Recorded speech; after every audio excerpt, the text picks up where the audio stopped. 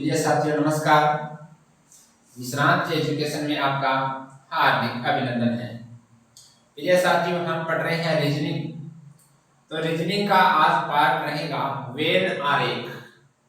When आरेख हमारा आज का लेसन है। इसमें हमारे पास कुछ प्रश्न होंगे, उस प्रश्नों को हल करते हुए साथियों हम आगे बढ़ने वाले हैं। तो रीजनिंग की क्लास पर आज आप नए जुड़े हैं तो आप इस चैनल को सब्सक्राइब कीजिए और अन्य साथियों के पास भी शेयर कीजिए, जिससे आने वाली भर्तियां हैं, सीईटी है, जिसमें क्या है बहुत बड़ा फायदा होने वाला है। क्योंकि रीजनिंग के पार्ट यही है साथियों जो हम रोजाना कर रहे हैं, वो ही रीजनिंग के पार्ट आपको मिलने वाले हैं। तो साथियों, वेन आरेख आज की क्लास का क्या नाम है, आज का लेसन है हमारा वेन आरेख। वेन आरेख। तो इस वेन आरेख को हम आज हल करेंगे कि किस प्रकार के प्रश्न पूछे जाते हैं। वेन आरेख के 2-3 पार्ट रहेंगे हमारे ये इस क्लास में। तो हम आज इन क्वेश्चनों को हल करते हुए आगे बढ़ने वाले हैं साथियों। तो आज का वेन आरेख का पहला प्रश्न इस प्रकार से है कि पहले प्रश्न में क्या दिया गया है कि आई भारतीयों को, एस वैज्ञानिकों को, पी राजनीतिकों का प्रतिनिधित्व करता है। और नीचे हमारे पास ये प्रश्न है, इसमें आई किसको करता है, भारतीयों को करता है। आई भारतीयों का प्रतिनिधित्व करता है, आई भारतीयों को, और एस करता है वैज्ञानिकों को, एस करता है वैज्ञानिकों का प्रतिनिधित्व करता है। हाँ, आगे है अब पी राजनीतिकों का, पी राजनीतिज्ञों, पी राजनीतिज्ञों का प्रतिनिधित्व करता है। अब देखिए प्रश्न क्या है हमारे पास कि वह क्षेत्र जो उस भारतीयों को प्रदर्शित करता है, किसको, भारतीयों को, वह क्षेत्र उस भारतीयों को प्रतिनिधित्व करता है जो राजनीतिक है किंतु वैज्ञानिक नहीं है। मतलब भारतीय होने चाहिए और राजनीतिक होने चाहिए, भारतीय होना चाहिए और राजनीतिक होना चाहिए, लेकिन वैज्ञानिक नहीं होना चाहिए, वैज्ञानिक नहीं होना चाहिए। वह क्षेत्र कौन सा है, वह क्षेत्र कौन सा है? हमारे पास ऑप्शन है एफ, ए, बी और जी, ये हमारे पास ऑप्शन है। अब हम बात करें पहले एफ ऑप्शन है उसको हल करेंगे। एफ है, एफ क्या भारतीयों को और राजनीतिकों का प्रतिनिधित्व करता है और वैज्ञानिकों का नहीं करता है। तो एफ पर चलते हैं। एफ है ये इसमें भी है, इस गोले के अंदर है, मतलब पी के अंदर है। एफ किसके अंदर है, एफ पी के अंदर भी है एफ, और एफ जो एस के अंदर भी है, एफ किसके अंदर है, एस के अंदर भी है, और ये एफ है ये इसके अंदर सी के अंदर नहीं है, एफ है वो सी के अंदर नहीं है। तो लेकिन ये क्या है, भारतीय है या राजनीतिक, दोनों है। भारतीय है क्या एफ, एफ भारतीय नहीं है। एफ कहाँ है, एफ एस के अंदर है, एस तो वैज्ञानिक है, एस क्या है, वैज्ञानिक है। वैज्ञानिक नहीं होना चाहिए, लेकिन एफ क्या है, वैज्ञानिक वाले गोले के अंदर है। तो ये ऑप्शन हमारा गलत है। अब चलते हैं ए ऑप्शन को लेते हैं। अब ए ऑप्शन कहां पर है, ए ऑप्शन यहां पर है। ए ऑप्शन मतलब तीनों में है, इसमें भी है, आई में भी। ए ऑप्शन किसमें है, ए ऑप्शन आई में भी है और ए ऑप्शन एस में भी है। ए ऑप्शन किसमें है, एस में भी है, और ए ऑप्शन इसमें पी में भी है। ए ऑप्शन किसमें है, पी में है। यानी ये तो तीनों का प्रतिनिधित्व करता है, लेकिन ये क्या कह रहा है कि वैज्ञानिकों का नहीं करना चाहिए, लेकिन ये तीनों का प्रतिनिधित्व कर रहा है। मतलब ये आंसर में हमारा गलत है। आज चलते हैं 3 नंबर में, बी पर चलते हैं। बी किसमें है, बी इस गोले के अंदर है, मतलब आई के अंदर बी है, आई के अंदर क्या है, बी है, और कौन से में है, इसके अंदर बी है, इसके अंदर बी है, मतलब पी के अंदर बी, पी के अंदर भी बी है, लेकिन एस के अंदर बी नहीं है, एस के अंदर बी नहीं है, मतलब एस के अंदर नहीं है। तो मतलब क्या हुआ कि आई और बी, ये आई और बी है, ठीक है। तो बी है जो आई में भी है, मतलब भारतीय भी है, और ये बी क्या है, राजनीतिक भी है, और वैज्ञानिक ये नहीं है, एस वैज्ञानिक नहीं है। तो हमारा ऑप्शन आ गया साथियों, बी ऑप्शन है, बी नंबर सही है। 3 नंबर के अंदर बी है, ये हमारा आंसर सही रहेगा। यानी बी अकेला किसका प्रतिनिधित्व करता है, बी राजनीतिक भी है और ये बी है भारतीय है, लेकिन बी एस वाले गोले में नहीं है, वैज्ञानिक नहीं है, ये हमें ध्यान रखना है। अगले प्रश्न की ओर चलते हैं कि वह क्षेत्र जो वैज्ञानिकों को प्रदर्शित करता है, इसको करता है वैज्ञानिक होने चाहिए, वह क्षेत्र जो वैज्ञानिक होने चाहिए, जो भारतीय है, क्या है, भारतीय है, जो भारतीय है परंतु राजनीतिक नहीं है, राजनीतिक नहीं होना चाहिए, राजनीतिक नहीं होना चाहिए, ये हमें बताना है साथियों। तो अब हम इसको हल करने जा रहे हैं। अब डी में क्या है, डी क्या क्या है, डी यहाँ पर है, डी किस में है, डी वैज्ञानिक में भी आता है और डी आई में भी आता है, लेकिन डी पी में नहीं है। देखो डी है, डी किस में है, डी एस के अंदर भी है, डी क्या है, वैज्ञानिक है, डी वैज्ञानिक है, और डी है ये इसमें भी है, भारतीय है, डी क्या है, भारतीय भी है, और ये डी क्या नहीं है, इस कोने में नहीं है, राजनीतिक नहीं है, डी नहीं है, डी क्या नहीं है, राजनीतिक, राजनीतिक नहीं है। तो हमारे पास प्रश्न पूछा क्या है कि वह क्षेत्र जो वैज्ञानिक भी हो और भारतीय भी हो लेकिन राजनीतिक नहीं हो, तो ये डी क्या है, ये भारतीय भी है, वैज्ञानिक भी है और राजनीतिक नहीं है, ये हमें ध्यान रखना है।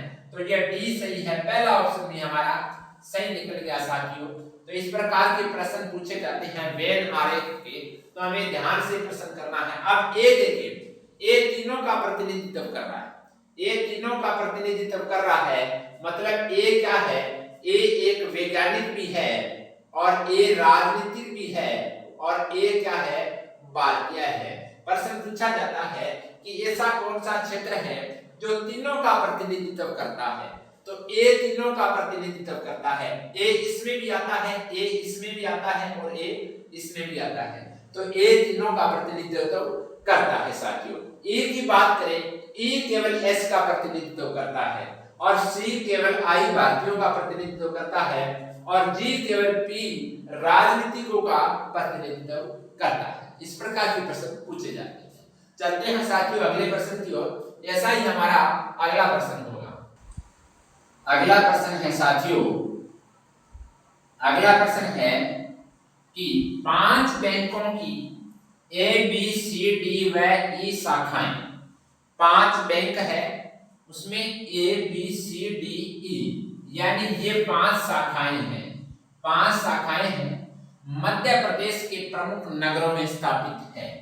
मध्य प्रदेश के प्रमुख नगरों में निम्न प्रकार है, ए बी व सी इंदौर तथा भोपाल में है, ए बी व ई इंदौर तथा ग्वालियर में है, B C D Raipur Bhopal में है, ए ई व डी ग्वालियर व जबलपुर में है, सी ई व डी रायपुर व जबलपुर में है।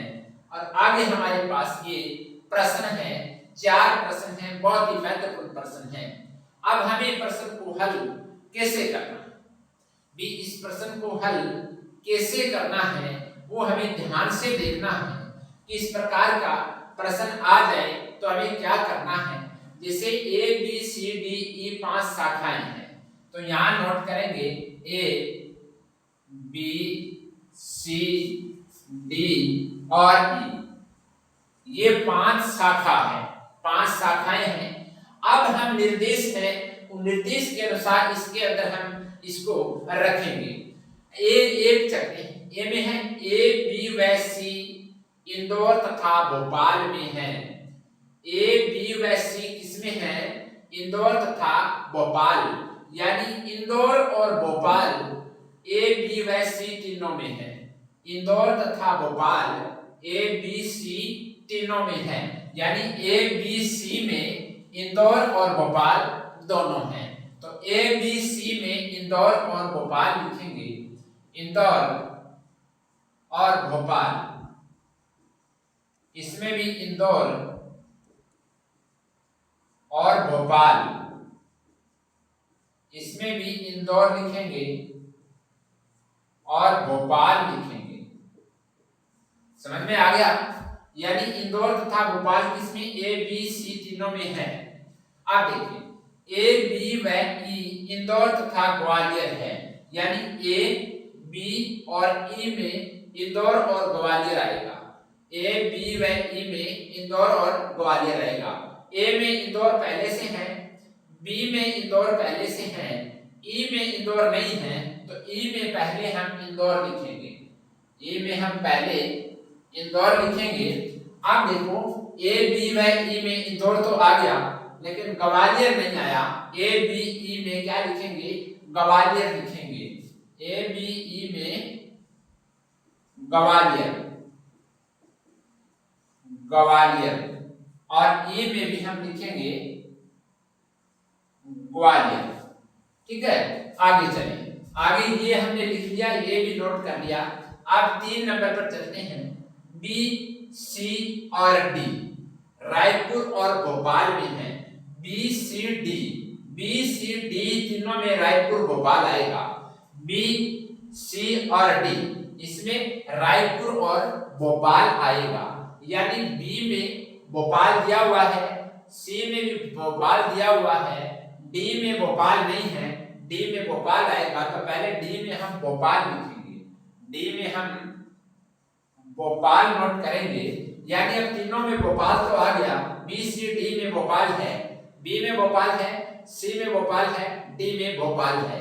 अब रायपुर आना है बी सी डी में, बी सी और डी में रायपुर लिखेंगे। बी में रायपुर और सी में भी रायपुर और डी में भी रायपुर लिखेंगे, डी में भी रायपुर, यानी बी सी और डी में रायपुर और भोपाल है। बी सी डी में रायपुर व भोपाल है। बी सी और डी में रायपुर रायपुर रायपुर, भोपाल भोपाल भोपाल, तीनों में रायपुर और भोपाल है। अब चलते हैं 4 नंबर निर्देश में। ए ई डी ग्वालियर और जबलपुर है। ए में ग्वालियर देखे हैं, ए में ग्वालियर है, ई के अंदर ग्वालियर है और डी के अंदर ग्वालियर है, डी के अंदर ग्वालियर नहीं है। तो पहले हम यहाँ ग्वालियर लिखेंगे, हम ग्वालियर लिखेंगे, यानी ए ई और डी में ग्वालियर जबलपुर है। ए ई और डी में ग्वालियर है, ए में ग्वालियर है और उसके बाद ई में भी ग्वालियर है, डी में भी ग्वालियर है। जबलपुर और देखते हैं ए ई डी में जबलपुर, ए में जबलपुर नहीं है तो हम लिखेंगे जबलपुर। ए ई में जबलपुर नहीं है तो यहाँ लिखेंगे जबलपुर। ए ई और डी में ग्वालियर जबलपुर, ए ई और डी में भी जबलपुर, यहाँ लिखना है जबलपुर, लिख लिया। यानी ए ई और डी में ग्वालियर जबलपुर, ए में ग्वालियर जबलपुर, ई में ग्वालियर जबलपुर, डी में ग्वालियर जबलपुर आ गया। अब हमें 5वां निर्देश क्या है, सी ई और डी रायपुर जबलपुर है। सी ई डी में रायपुर जबलपुर है, यानी सी में रायपुर तो आ गया, सी में रायपुर है, ई में रायपुर, ई में रायपुर नहीं है तो ई में हम रायपुर लिखेंगे, रायपुर, और डी में रायपुर है, डी में रायपुर है। अब देखिए सी में जबलपुर है, सी में जबलपुर नहीं है तो सी में हम लिखेंगे जबलपुर, सी में जबलपुर, ई में जबलपुर है, ई में जबलपुर लिखा हुआ है और डी में जबलपुर है, डी में जबलपुर है। ये हमारे पास थे निर्देश। इस निर्देशों को हमने व्यवस्थित कर लिया इस सारणी के अंदर। अब हमारे पास प्रश्न है, अब हम प्रश्न पढ़ेंगे और उत्तर देंगे। अब देखिए पहला प्रश्न है, कौन सा बैंक इंदौर में है किंतु रायपुर में नहीं है? इंदौर में है लेकिन रायपुर में नहीं है। ई इंदौर में है, रायपुर में नहीं है। ई ऑप्शन चलते हैं, एक के अंदर ई देखते हैं पहले, ई की बात करें, ई क्या इंदौर में है, रायपुर में नहीं है? ई इंदौर में है और ई रायपुर में भी है, ये तो दोनों में है, लेकिन ये कह रहा है इंदौर में है, रायपुर में नहीं है। ई तो इंदौर में भी है, रायपुर में भी। अब बी पर चले तो बी में क्या है, बी इंदौर में है, रायपुर में नहीं है। बी इंदौर में है और रायपुर में है, ये भी दोनों में है। ए पर चले, ए क्या इंदौर में है, रायपुर में नहीं है? ए इंदौर में है, रायपुर में नहीं है, यानी ए में इंदौर रायपुर दोनों नहीं है। ये पूछा है कि ए में इंदौर और रायपुर, यानी ए में इंदौर है और रायपुर नहीं है, तो हमारा ऑप्शन यहाँ है सी। चेक कर लेते हैं, सी क्या इंदौर में है, रायपुर में नहीं है? सी इंदौर और रायपुर दोनों में है, दोनों में है तो नहीं चलेगा, एक में है, यानी ऐसा ऑप्शन हमारे पास ए है जो इंदौर में है और रायपुर में नहीं है। तो यह हमारा 3 नंबर ऑप्शन सही है सर। अगला सवाल है, इंदौर में किस बैंक की शाखा नहीं है? इंदौर में कौन सा ऐसा बैंक है जिसकी शाखा नहीं है? सी इंदौर में है, सी में इंदौर है। और इसके बाद है डी क्या इंदौर में है? डी इंदौर नहीं है, डी में इंदौर नहीं है, तो डी हमारा, ये हमारा ऑप्शन सही हो गया। ए की बात करें तो ए में तो इंदौर है और बी में भी इंदौर है, तो ये हमारा सही आंसर डी आ गया, ये है 2 नंबर ऑप्शन सही है जिसमें डी है। अब क्वेश्चन नंबर हमारे पास तीसरा है, किस बैंक की शाखा रायपुर व इंदौर में है, भोपाल में नहीं है? यानी रायपुर और इंदौर दोनों में है और भोपाल में नहीं है। ए बात करें, ए रायपुर और इंदौर में है, ए रायपुर और इंदौर में नहीं है, तो ए हमारा पहले ही देखते हैं इसमें ए, तो ए क्या है, किस बैंक की शाखा रायपुर व इंदौर में है और भोपाल में नहीं है, मतलब ए रायपुर और इंदौर तो है लेकिन भोपाल में नहीं है, यानी भोपाल में नहीं है, ये पूछा है। तो ए तो भोपाल है, ए तो भोपाल है, लेकिन ये इस प्रकार से इसमें ए में नहीं है। अब बी की बात करें, बी रायपुर व इंदौर में है, बी रायपुर और इंदौर में है और भोपाल में नहीं है। बी देखें, बी भोपाल में है, बी भोपाल में भी है, ये भी हमारा आंसर सही नहीं है। अब चलते हैं 3 नंबर में, सी की बात करें कि सी रायपुर व इंदौर में है, सी रायपुर और इंदौर में है और भोपाल में नहीं है, तो सी में भोपाल ये भी है, सी में भोपाल भी है, ये भी सही है, सही नहीं है। अब चले कि 4 नंबर में ई ऑप्शन उठाते हैं। ई में क्या कह रहा है कि किस बैंक की शाखा रायपुर व इंदौर में है? ई बैंक की शाखा रायपुर में और इंदौर में दोनों में है और भोपाल में नहीं है, यानी भोपाल नहीं है इसमें, तो ये हमारा आंसर सही है। अगर यहाँ भोपाल होता, अगर ये भोपाल होता तो ये भी हमारा सही नहीं होता। आप पूछ रहा है कि किस बैंक की शाखा रायपुर व इंदौर में है? ई शाखा है, ये रायपुर और इंदौर दोनों में है, रायपुर और इंदौर दोनों में है, लेकिन इसमें भोपाल नहीं है, इसलिए हमारा ये आंसर सही है साथियों। अगला प्रश्न है कि बैंक बी की शाखा किस नगर में नहीं है? यानी बैंक बी की शाखा किस नगर में नहीं है? बैंक बी की शाखा इंदौर में है और ग्वालियर में भी है, जबलपुर में नहीं है, भोपाल इसमें है। तो यहाँ जबलपुर होता तो चल जाता, जबलपुर नहीं है, तो हमारा आंसर आ गया सी आंसर आ गया साथियों। सी शाखा है वो बी में नहीं है, इसलिए इस प्रकार के प्रश्न आपको मिलेंगे साथियों वेनारे के। तो साथियों इस क्लास को देखने के लिए आपका बहुत बहुत धन्यवाद। विश्रांत एजुकेशन चैनल को सब्सक्राइब कीजिए और अपने अन्य साथियों के पास भी शेयर कीजिए। अगली क्लास कल मिलेगी साथियों, तब तक जय हिंद, राम राम, धन्यवाद।